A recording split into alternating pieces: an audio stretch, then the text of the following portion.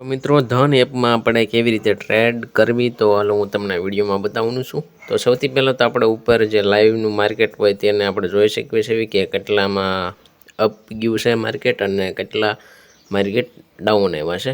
તો આપણે જે માર્કેટમાં ટ્રેડ કરવા માંગતા હોવી તો તેને આપણે સર્ચ બોક્સમાં લખવાનું છે।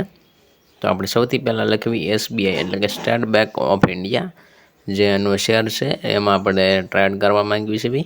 તો તેને આપણે જો નામ આવી ગયું છે પહેલું, તો તેની ઉપર આપણે ક્લિક કરીશું અને આપણે ચાર્ટ જોઈશું। તમે જોઈ શકો છો કે આ ચાર્ટ જે છે અપ ડાઉનમાં આપણને દેખાડી રહ્યું છે। તો સૌથી પહેલાં અહીંયા તમે જોઈ શકો છો કે અહીં કેન્ડલનું ઓપ્શન છે, કેન્ડલ ઉપર આપણે ક્લિક કરવી તો તમે જુઓ કે આ સ્ટાર્ટ સપોર્ટ એન્ડ રેઝિસ્ટન્સ આપણે બનાવી શકીએ છીએ આ ચાર્ટની અંદર। તો આપણે સૌથી પહેલાં તો જે બ્રશનું ઓપ્શન હોય છે તેમાંથી એમાં તમે જોઈ શકો છો ટ્રેન્ડ લાઇન, એરો, રે, ઇન્ફો લાઇન વગેરે બધા જ લાઇન આપણને આપેલી છે। તો આપણે સપોર્ટ અને રેઝિસ્ટન્સ બનાવવાનું છે। તો હાલો આપણે સૌથી પહેલાં તો સપોર્ટ અને રેઝિસ્ટન્સ બનાવી લેવી।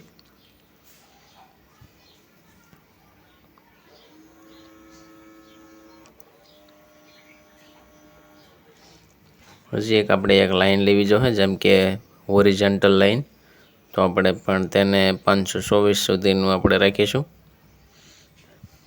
રેઝિસ્ટન્સ। અને હવે જો એક અહીંયા આપણને સપોર્ટ મળી ગયો છે એટલે કે અહીંયા આપણે એક લાઇનને લઈ જઈશું। હવે જો માર્કેટ અહીંથી અપ જાય તો અપ ડાયરેક્શનમાં ટાર્ગેટ લાગશે અને જો ડાઉન જાય તો ડાઉન। તો હવે આપણે બાય કરવી તો સૌથી પહેલાં તો અહીંયા આપણે ટ્રેડિંગને સિલેક્ટ કરી રાખવાનું છે એટલે કે સિલેક્ટ ઓટોમેટિક હશે। ત્યારબાદ ક્વોન્ટિટી આપણે સિલેક્ટ કરવાની છે એટલે કેટલી ક્વોન્ટિટી જોવે છે તમારે। ત્યારબાદ આમાં એક ક્વોન્ટિટી તો આપણે સિલેક્ટ કરેલી છે। ત્યારબાદ એડ ઓર્ડર ડિટેલમાં તમે જોવો છો કે માર્કેટ, લિમિટ અને ટ્રિગર અને કવર આ 4 ઓપ્શન છે। તો આપણામાં તમારા અકોર્ડિંગ પ્રમાણે તમારે કરવાનું છે। જેમ કે હવે આપણે માર્કેટ ઉપર ક્લિક કરીશું અને લિમિટમાં તમે પ્રાઇસ લિમિટ કરી શકો છો, જેમ કે આપણે રાખવી 520। તો આ જ્યારે આનો પ્રાઇસ 520 આવશે ત્યારે તમારું બાય થઈ જશે। તો આપણે કરવું નથી, જેમ કે આપણે માર્કેટ ઉપર ક્લિક કરીશું, જેમ કે ઇન્સ્ટન્ટ બાય થઈ જશે અને આનું 104 રૂપિયા જેટલું માર્જિન લાગશે। તો આપણે ઇન્સ્ટન્ટ બાય ઉપર આપણે ક્લિક કરી દીધું છે। તો આપણે આ બાય થઈ ગયું છે જેમ કે તમે જોઈ શકો છો। અને હવે આપણે એક ચાર્ટ ખોલી લેવી પહેલાં તો, જેમ કે આની ઉપર આપણે ક્લિક કરીશું। આપણે સપોર્ટ અને રેઝિસ્ટન્સ તો લગાવી દીધું છે અને હવે SL અને ટાર્ગેટ લગાડવાનું છે। તો આપણે સૌથી પહેલાં SL લગાડવી તો આપણે એડ ઉપર ક્લિક કરીશું। ત્યારબાદ સ્ટોપ લોસ, ટ્રેડિંગ SL અને ટાર્ગેટ, તો આનું ઓપ્શન આવી જશે। તો આપણે સૌથી પહેલાં ટ્રેડિંગ SL ઉપર આપણે એક વિડીયો બનાવી દઈશું, પણ આપણે સૌથી પહેલાં તો સ્ટોપ લોસ ઉપર ક્લિક કરી રાખવાનું છે। ત્યારબાદ આપણી લિમિટ પ્રાઇસને ઇન્ક્રીઝ અથવા તો તમારા SL પ્રમાણે કરી શકો છો, તમારા સ્ટોપ લોસ પ્રમાણે। એવરેજ પ્રાઇસ અને 521.82 એટલે કે આપણે 2 રૂપિયા જેટલું માઇનસ કરવાનું છે, એટલે કે એટલો સ્ટોપ લોસ રાખવાનો છે। તો આપણે 519.85 જેવું થાય। તો તમારે આ જે ટ્રિગર પ્રાઇસથી અપ આ જે લિમિટ પ્રાઇસ કરતાં ટ્રિગર પ્રાઇસ અપ રાખવી પડશે તો ચાલશે એવું છે।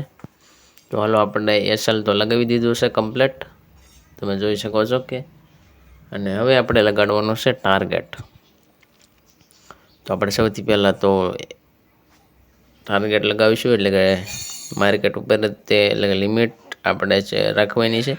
ત્યારબાદ 521 અને 521.85 એના પ્લસમાં આપણે 2 રૂપિયાનો ટાર્ગેટ રાખવાનો છે। તો આપણે 523.85 ત્યારબાદ ઇન્સ્ટન્ટ સેલ ઉપર ક્લિક કરી દેવાનું છે। તો હવે આપણે માર્કેટને જોવાની છે। તમે જુઓ કે આપણે SL પણ લગાવી દીધું હશે અને સ્ટોપ લોસ એટલે કે ટાર્ગેટ પણ લગાવી દીધું હશે। તો આપણે માર્કેટને જોવાની છે। તો આપણે trade manage position on chart ઉપર ક્લિક કરીશું। ત્યારબાદ તમારી સામે કંઈક ચાર્ટનું ઓપ્શન આવી જાય।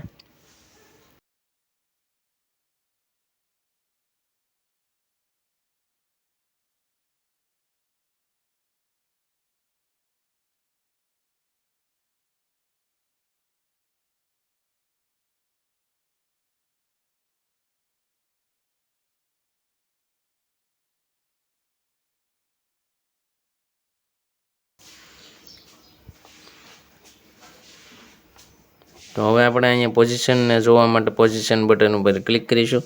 જેમ કે આપણો $1.5 જેટલો પોર્ટફોલિયો છે, 1.40 જેવું છે. ત્યારબાદ આને ઓર્ડર ઉપર તમે જોઈ શકો છો કે આ 2 ઓર્ડર આપણા છે. ત્યારબાદ આપણે આને આડું કરીને પણ જોઈ શકાય છે આખો ચાર્ટ.